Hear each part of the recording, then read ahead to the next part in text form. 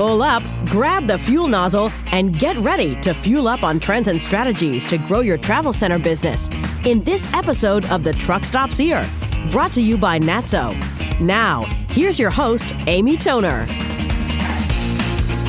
Hey, welcome to today's episode of The Truck Stops Here. Today we have a special recording we did with Ben Khatirine with 3B's Truck Auto Plaza.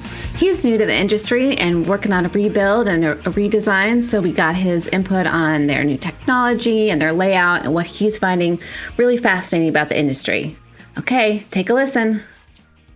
I know that you're working on a remodel of an older location. And we think it's really interesting to talk to people who are new to the industry because you bring a fresh perspective. One thing that we were thinking would be interesting to hear from you is what technology you're looking at. Sure. One of the technologies we're using, and you guys mentioned on a previous podcast that I listened to, is the technology MashGen is bringing. Okay. And I think this is a crazy good concept. It's really valuable, especially in our industry. It's not going to get rid of labor, but like you guys have mentioned, it's going to redeploy labor.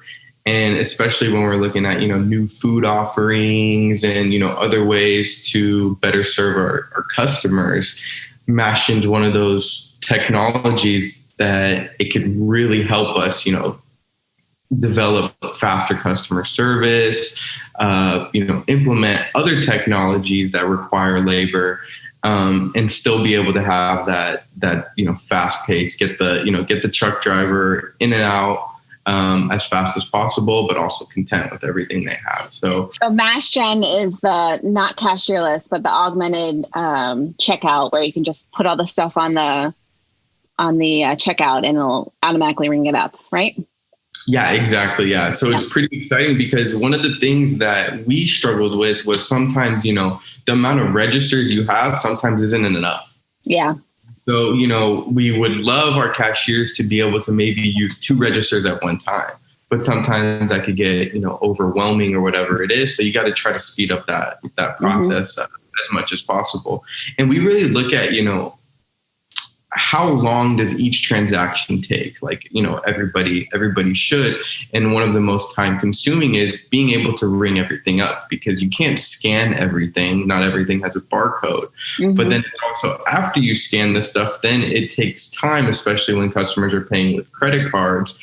That process of, if they're using a debit card, it takes them a while to, put in their PIN. If they mess something up, it takes a while. So it's just, having something that'll make some part of that process easier and maybe helping, a lot more customers at one time with the same amount or even less labor. Totally. One thing Darren and I always talk about is how these are things that we've been talking about NATSO for a long time, but I think in this year of COVID, it came to the forefront, right? And it became maybe less expensive to implement, but also more of the standard. And I think those will be everywhere. I know, Darren, you agree, right? Yeah, I do, Amy. I think, as Ben and other members have said, it's challenging to get labor. It was challenging pre-COVID, and in many cases, COVID's made it more difficult. So I think it's really opened everyone's eyes to what type of, technology can you use to, complement your current labor force. And as Ben said, most people are not looking at it as a replacement of labor. They're looking at it, as he clearly stated correctly, a redeployment. Stocking the cooler takes a long time, like we've talked about. Some members, Ben, have shared with us, they may spend 3 hours a day stocking their coolers, as an example, because they've got expansive coolers.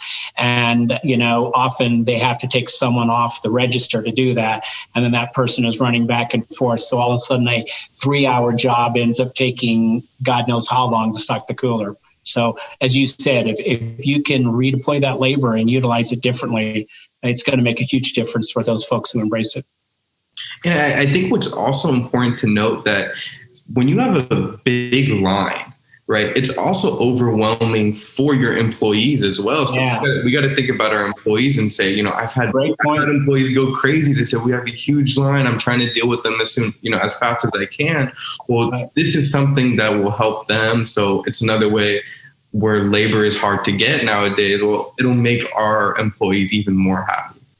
That's a fantastic point.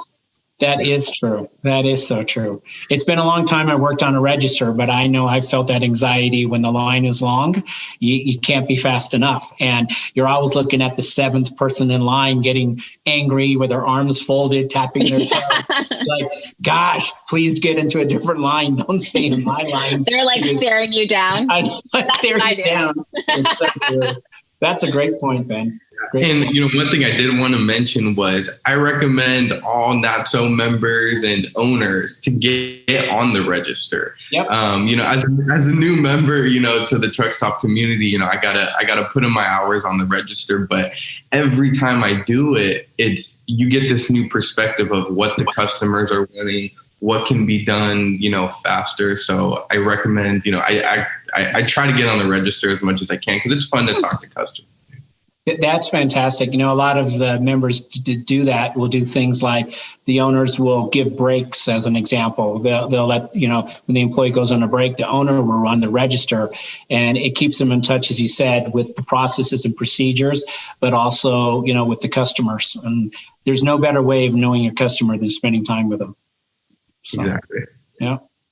All right, let's talk about food. What food trends are you guys eyeing?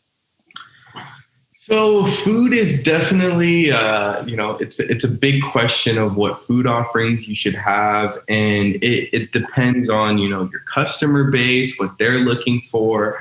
For us, where we like to, we like to serve everyone that we can, obviously, but for especially local truck drivers that are just looking to get in and out, it's those grab and go options that we're trying to emphasize more, whether it's, a chicken sandwich, they could just say, I want to grab that thing. It's already hot, pre-made.